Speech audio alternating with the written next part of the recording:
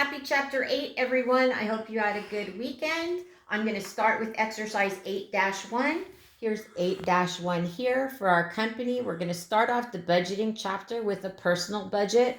The budgeting chapter is one of those chapters that is really relevant for everyday life. So I hope everything makes sense, and we'll work through this one first. All right. So they tell us that at the beginning of the school year, Craig Kovar decided to prepare cash budgets for the months of September, October, November, December. So of course it's a semester budget. So that's what I've got listed up here. Craig Kovar cash budget for the 4 months ending December 31st. The budget must plan for enough cash on December 31st to pay the spring semester tuition, which is the same as the fall tuition. So we have to have $4,800 at the end of this period. The information that relates to the budget. So they give us the cash balance at the beginning of the year from the summer job, some purchase of season football tickets, some other entertainment, tuition, rent, a variety of items, and that's what we're going to put in here. So the way a cash budget is set up, on the front, we're going to have the estimated cash receipts, money that we receive are going to go up here, and then estimated cash payments. So these are all of our outflows. Then we'll look at our cash increase, and we'll finally get our balance for cash at the end of the month. All right, so the first item that we're going to take care of is we're going to take care of estimated cash receipts. So the big one, and the one that we have for every month, is from the part-time job that Craig has. And the problem tells us that the part-time job earnings each month, net of tax with tax taken out, is $1,200. So on this first line here, we're going to put part-time job.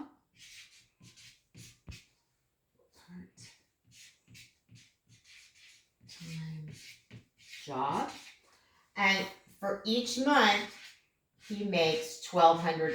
So we're going to have $1,200 for September, $1,200 for October, $1,200 for November, and $1,200 for December. So we've got that each month. And then the problem also tells us he's going to pay his department deposit on September 2nd, but it will be returned on December 15th.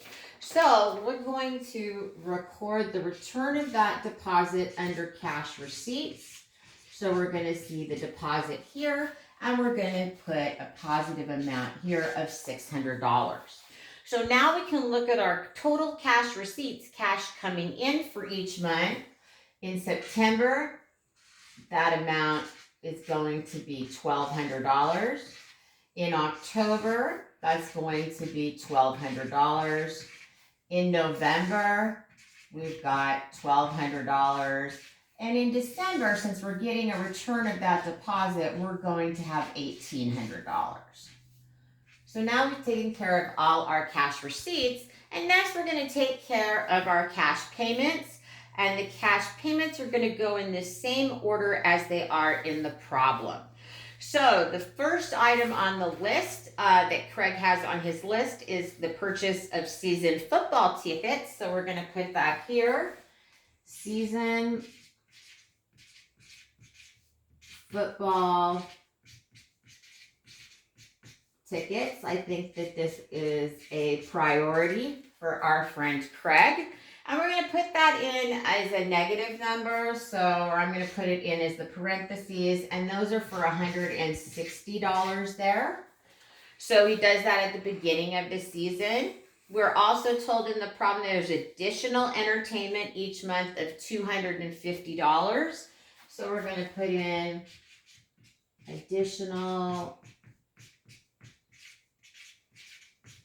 entertainment.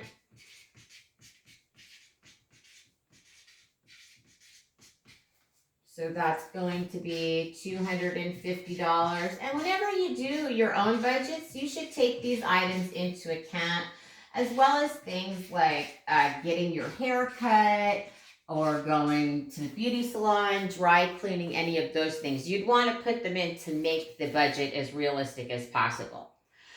So then third on the list is the pay fall semester tuition in September, and that's the biggest one at $4,800. So we've got our tuition here.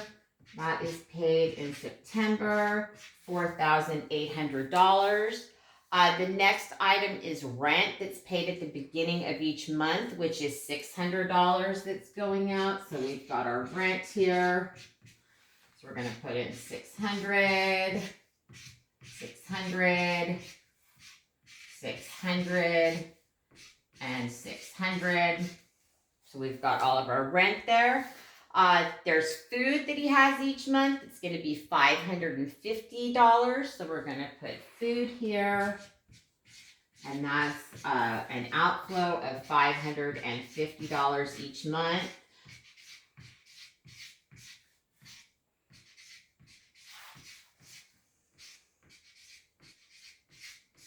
So we've got $550 each month. And then the last item that we have to deal with is the payment of the deposit on the apartment on September 2nd.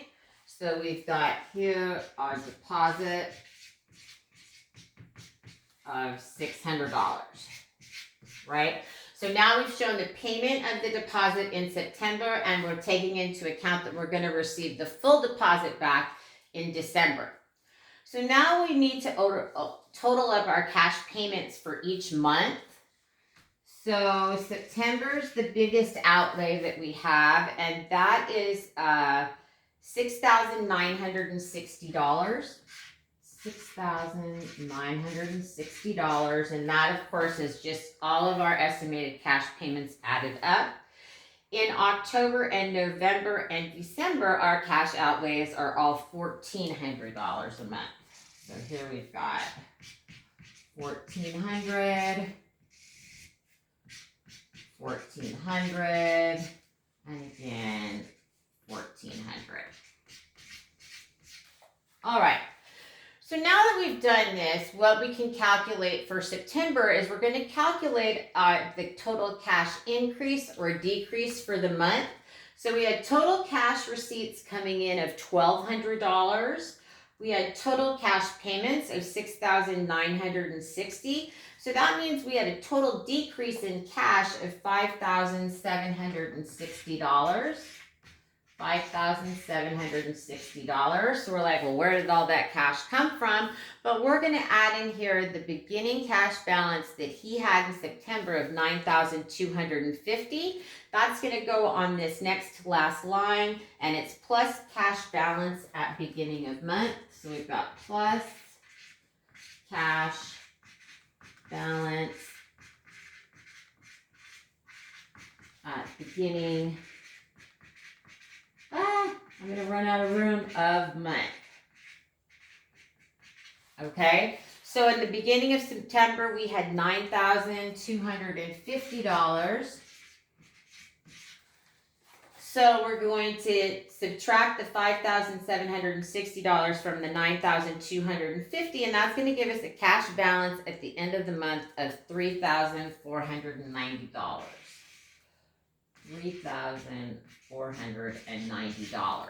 So the cash balance at the beginning of the month, at the end of the month, is going to be the cash balance at the beginning of the next month. So I'm just going to put that here. I always like to do that so I've got it in the right place. So in October, November, we had total cash receipts of $1,200 and total cash payments of $1,400. So we've always going to have a decrease in cash of $200 at the end of October.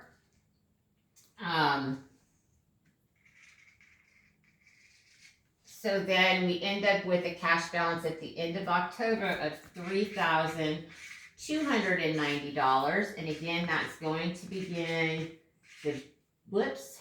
Let's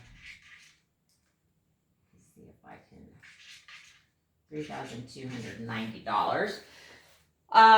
So that again is going to become the beginning cash balance in November. Again, nothing changes between October and November, so we still have a decrease in cash at the end of the month of $200. So at the end of November, we have $3,090 as our ending cash balance, which becomes the beginning cash balance in December. Things are different in December because we're assuming we're going to get this deposit back. So we had $1,800 in cash receipts, less $1,400 in cash payments. So we actually have an increase in cash here of $400 during the month, which gives us a total balance of $3,490.